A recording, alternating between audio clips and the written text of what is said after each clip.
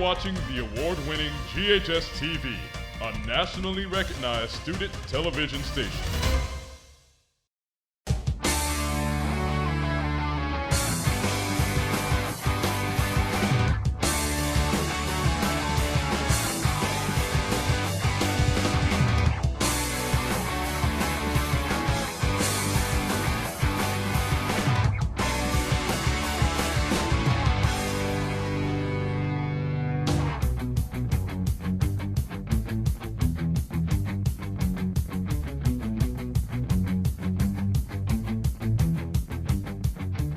Hello and welcome to this week's edition of GHS-TV's award-winning talk show Crosstalk. I'm your host, Madisyn Rix. Each week we discuss topics important to our diverse community. Black leaders from the past, present, and who are creating programs to benefit the future of the Black community all have one thing in common. They want to build up and better our people. But the arduous fight for equality has often met with resistance, which led to unrest and violence. Joining me to talk about her experience in the famous 1965 Selma to Montgomery March is civil rights activist Alice Moore. Ms. Moore, it is a true honor to speak with you today. Thank you. It's an honor to be here. You were around my age when you first got involved with the civil rights movement. What sparked your involvement and what did your parents think? Well, maybe a little younger when I got involved. I was 16 years old when I got involved. My parents, they just had to pray for us and they let us participate because I had a younger sister. And my mother every day drove us to where we had to go, where we were having meetings. She drove us to every march and she would pick us up. So they were all for it because we were really fighting for the right to vote for our parents. And they knew that. And they were very, very into it. And they were welcoming it. They were not all happy or not afraid, but they all, just helped us do what we had to do. What was your experience as an African-American woman growing up in the Deep South before the Civil Rights Movement? Well, I didn't really think too much about it younger, but as we grow older into teenagers in high school, and we realized that we did not have a lot of things that others had, the privilege of riding the bus and sitting anywhere we want to sit, going to get a hamburger and had to go to a window and looking at the black and white fountains. And it just came into realization as we got to be teenagers that things did not quite seem right. And then we heard our parents talking about they weren't able to vote. They would not let them register to vote. And that really didn't seem right with us. So that's when we realized that things needed to be different and we wanted to be a part of it as teenagers to help our parents because we were not old enough to register. So we wanted to make sure that our parents could register so we could be future voters also. The Selma to Montgomery March is considered a turning point in the civil rights movement. How did this march change the course of the entire movement?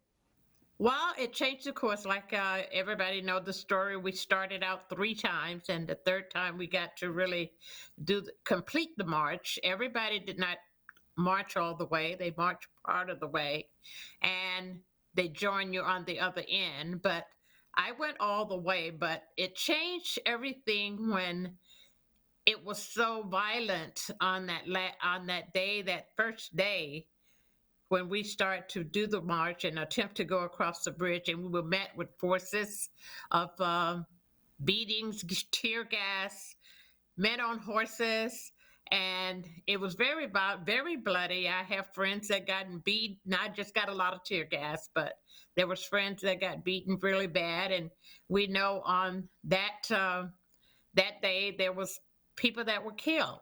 And it just became very, very clear to us that it was a serious matter as teenagers and being young, we weren't as serious as some of the older people were because we were doing something. We had a lot of energy, but that day on Bloody Sunday made us realize that it was real, real. That was the first day that I really broke down and cried after the tear gas. And then I got angry and I wanted to do more. So we talked to our parents because we thought they were not going to bring us back again. But for the next attempt, they brought us back. And the last one, they brought us back, and we walked all the way from Selma to Montgomery. In your opinion, did the march have the intended outcome? I think it had the outcome at that time. I said because I was so happy because my parents got to go register to vote after the march several months later, and they were so happy that they were able to do that, and they gave all the accolades to us for being able to fight. And I mean, along the way, there was a lot of jail time, prison time that we stayed at. They were just happy that they were able to do that. But I think that march was the outcome and a good outcome for that time. And it changed everything there for a while. And everybody was happy to be able to go register and vote, and people were voting. And I think things kind of became complacent for a while. And, as things started to kind of go back the way they were or was not as they seem during the march. But during the march and during that time that the voters' right was granted, all of that was worthwhile. It was worthwhile. How did the march pave the way for future movements like Black Lives Matter? Well, I think because when the younger people now they see pictures or read about it or hear about it, they are able to go out and participate. It's just like with Black Lives Matter. And now I drive my daughter, to go protest. And I think it paved the way because they saw how things were. And if you told them about it, they looked at how things are now, and they didn't see things that being much different. And you would hear young people say, well, nothing happened. But we know something happened back there. But for them to see how it is now, they would say nothing happened. So I think with Black Lives Matter, those are the people that really, the young folks that really looked at it and saw that, the progress that should be there was not there. So I think it paved the way for them to do more, to see more, and to get more action for what the people had done in the beginning to get us where we were today. A lot has happened since the Selma to Montgomery march. What are your hopes for the future of Black people in the U.S.? Oh, I just hope, I wish and pray for equality. I mean, there's nothing that anybody is asking for anymore. It's just equality, the right to vote.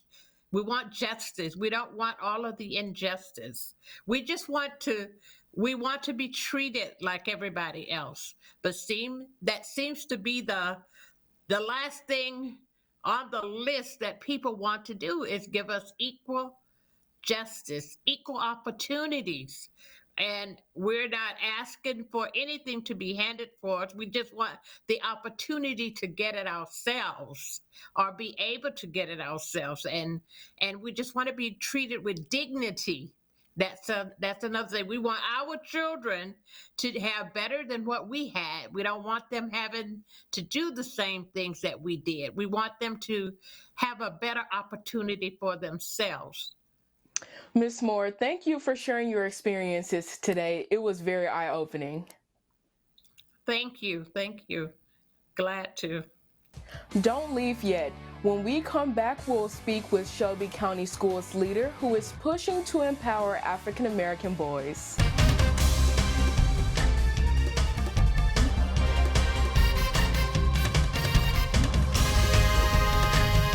You're watching the award-winning GHS-TV, a nationally recognized student television station. Welcome back. Studies show only 14% of African American boys meet the state standards for English and language arts. Desperate to see a change and an increase in these numbers, SCS Superintendent Dr. Joyce Ray launched the African American Male Empowerment Initiative. Here to discuss this groundbreaking initiative is Dr. Michael Lowe, Chief Equity Officer for Shelby County Schools. Welcome to the show, Dr. Lowe. Thank you. Thank you for having me. Can you explain the idea behind the African American Male Empowerment Initiative and how it started?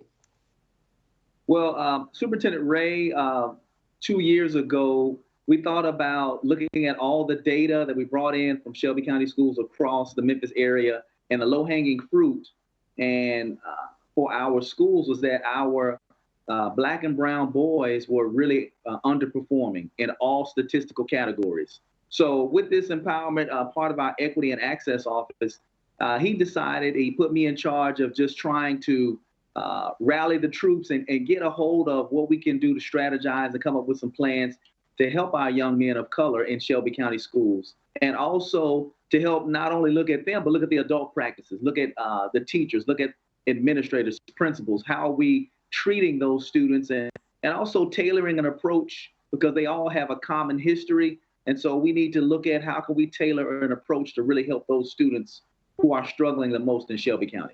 I wanted to remove every barrier out of your way to ensure that you're successful. Because one thing I want to do is eliminate all the excuses of why you can't succeed. You identified equity, education, and empowerment as the 3 focus areas. How did you determine these areas would be beneficial to these young men? Well, you know, education is a great equalizer. Education is a civil right, and teaching is an act of social justice. So we start off with education because even before Brown versus Board in 1954, our students in segregated schools and desegregated schools, we've had a change. We've lost a lot of groundwork and momentum. Empowerment, we're just trying to let these young men know that you can't be what you don't see. So you have to see positive men, positive role models, positive teachers, and try to give them exposure and access. And we're just trying to continue to just open the door for them, not only be a mirror for them to see, but a window so they can jump out of and say, I can do something better. They can stand on our shoulders and be even more successful. This is important because as you see on the news, you have black men. Our face is the first face you see on the news, you know what I'm saying? So I feel like if it starts from the young people, maybe we can motivate other people to do the same as well. Is this program something a student can sign up for, or do they have to be referred to by a teacher? Well, we have our www.ourboysneedus.org at SCS on our website. We've had teachers. I've gone to many high schools, many schools, just helping a young man the other day, trying to get him into college, set up interviews. So anybody can reach out that needs help. We need a lot of our mentors. We're trying to, this January is mentoring month. So we're in a drive to really train and get mentors to come out and support our young men as well. But it's open to all. This program is used to propel and lift young African American males, giving them the tools to succeed in today's society. What are some of those tools and how can they be applied to everyday life? They can be the tools that they need. Honestly, a lot of times what we found out is we were trying to treat a lot of our young men in the district. We were trying to do a lot of things for them, but we never gave them voice. So one of the tools we're trying to add is giving all of our young men and our young women of color voice, letting them be able to speak to who has power in your life. Do you have a sense of belonging in your school? Asking them about what do they see themselves as in the future. And so really adding voice, we're trying to teach them we're not here to fix you because we can learn just as much from our young men and our young women that we can learn much more. We're not here to be a messiah or a savior, but we're here to let them save us and teach us and give voice to their needs. Speaking of women of color, women are also limited access when it comes to educational and mentoring opportunities. Is there a possibility for SCS to create a similar organization for the growth of female students? Yes, we have been in talks. We had our racial racial education publication for racial literacy. We had a lot of entries from our female students and also teachers. And we are going on that next road of trying to groom and carve out an area to help, because our women of color, especially our Black girls, the statistics and the data says that a lot of them are over disciplined. I know we don't have it right now during COVID times, but in this viral time, our students, our young women, they need as much encouragement as help as possible. So that is another, I want to say this, the equity office is not just limited to Black boys and boys of color. We're reaching out to all, but that was the lowest hanging fruit because they're underperforming even under our girls of color in Shelby County. Superintendent Ray has delegated equity champions across SCS. What is an equity champion? An equity champion is a designee selected by our instructional leaders, our principals in the school, and they are coming to, well, not diversity trainings, but they are coming to professional learnings. This year, we have a book called Biased that we've used to go over just relating to everybody. The bias is about who you choose to help and letting all the teachers know that all of us are biased in some kind of way and that you need to be aware and not be intentional about trying to overcome, but understand that biases shape the decisions that you make with the students. So those equity champions are designated. They go back into their school and they also deliver professional learning, and they're called upon to talk to their faculty as well as relate to the students and refer them to our equity office. If there's any type of inequities, and we know they're systemic, but we teach our equity champions to think systemically, but act locally in your school. Think systemically, but equity champions act locally right there in the school that they're assigned to. This program was created not too long ago. What does the future hold for the initiative?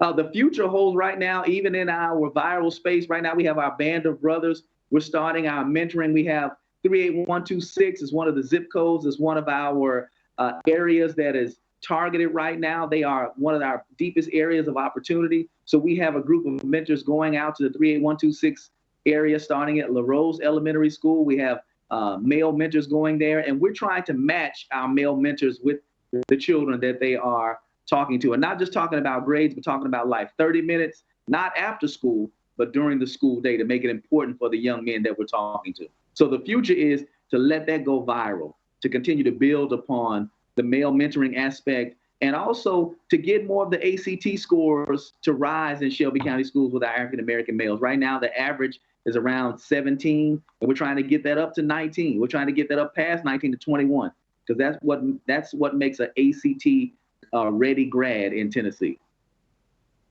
Dr. Lowe, we wish you all the luck in the future. Thank you so much for coming to the show today. Thank you so much. I appreciate your time. Thank you. We have to take a short break, but when we come back, we'll talk with the Memphian who says we should know all about the history that happened in our backyards.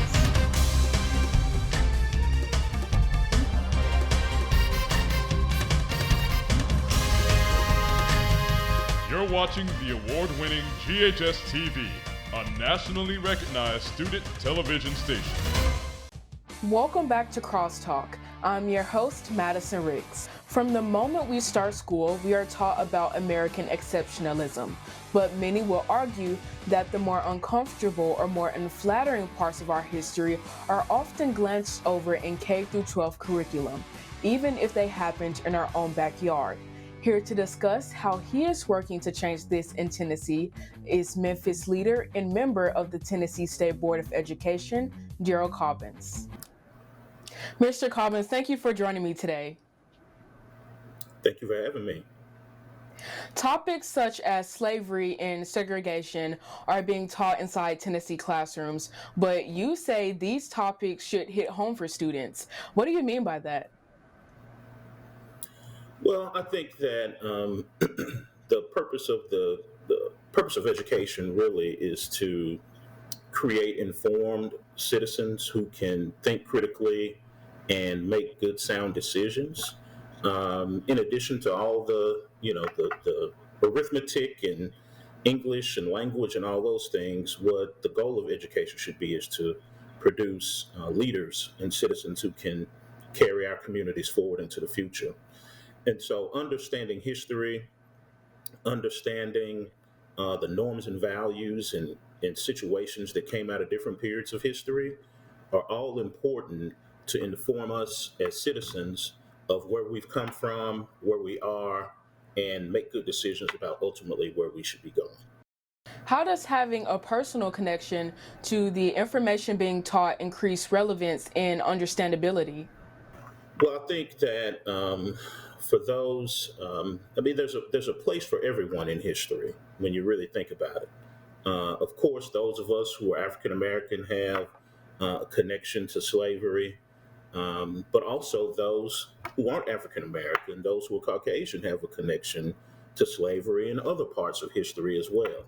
And so, when we can understand where we have sat historically in those particular periods of time and what the challenges were and how those challenges were overcome, I think it only makes us a better country, a better state, a better community when we can all see history from different angles and different contexts based on our respective experience and the experience of those that we're learning with.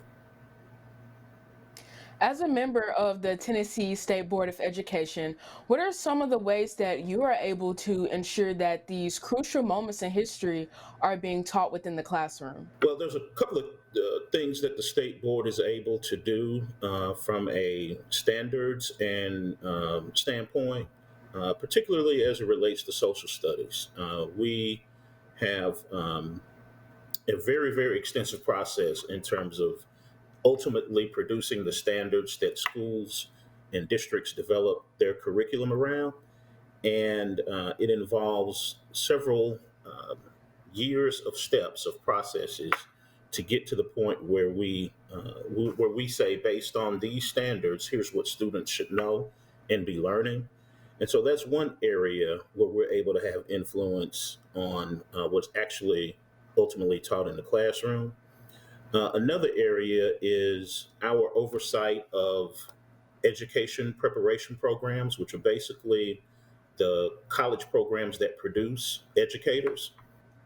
We have a report card for those institutions where we have a number of different criteria and measurements that we monitor and evaluate and ultimately give a grade on to determine if that EPP is what we call them, is measuring up to the level that we think they should in terms of the teachers that they produce, how those teachers fare in the classroom based on their performance. And one area that we've delved into more recently in a deeper way is focusing more on diversity within those EPP programs and making sure that they are producing a diverse cadre of teachers and educators and education leaders who can go into schools and the classroom to make sure that we have diversity and inclusion. Speaking of inclusion, having equal representation for children of various races is important when it comes to the educational system. How does the state board ensure everyone is equally represented and offered the same quality of education? Well, I think that we do that in the areas where we have purview. We don't control every single aspect of education in Tennessee, but just by state statute and law, the State Board of Education was established to oversee certain policy metrics that come out of a lot of different work and a lot of different effort from staff and our collaboration with the Tennessee Department of Education, which sometimes people get the two of us confused. State Board and then Tennessee Department of Education are really two separate entities. But we are focused on making sure that Tennessee's standards in terms of educational attainment, which we've come a long way in about a 10-year period of time from the low 40s out of the 50 states to the mid 20s of the 50 states in terms of educational attainment and performance by our students. And so we just want to stay on that upward trajectory and do what we can do in the areas of policy, standards, and overseeing education preparation programs. The 1619 Project is a Pulitzer Prize winning project by the New York Times. It teaches students America's ugly history with slavery and explains the hypocrisy of our founding fathers. Why is it important for students to know this history, and is the project being taught in Tennessee schools? Um, I think there are different touch points as it relates to history around slavery that's being taught in Tennessee schools. Again, going back to those social studies standards that uh, we established, and that each district has the flexibility to determine how they develop curriculum around those standards. But it's definitely being taught. I'm not sure if the 1619 project itself is specifically being utilized, but I do know that we do address the subject.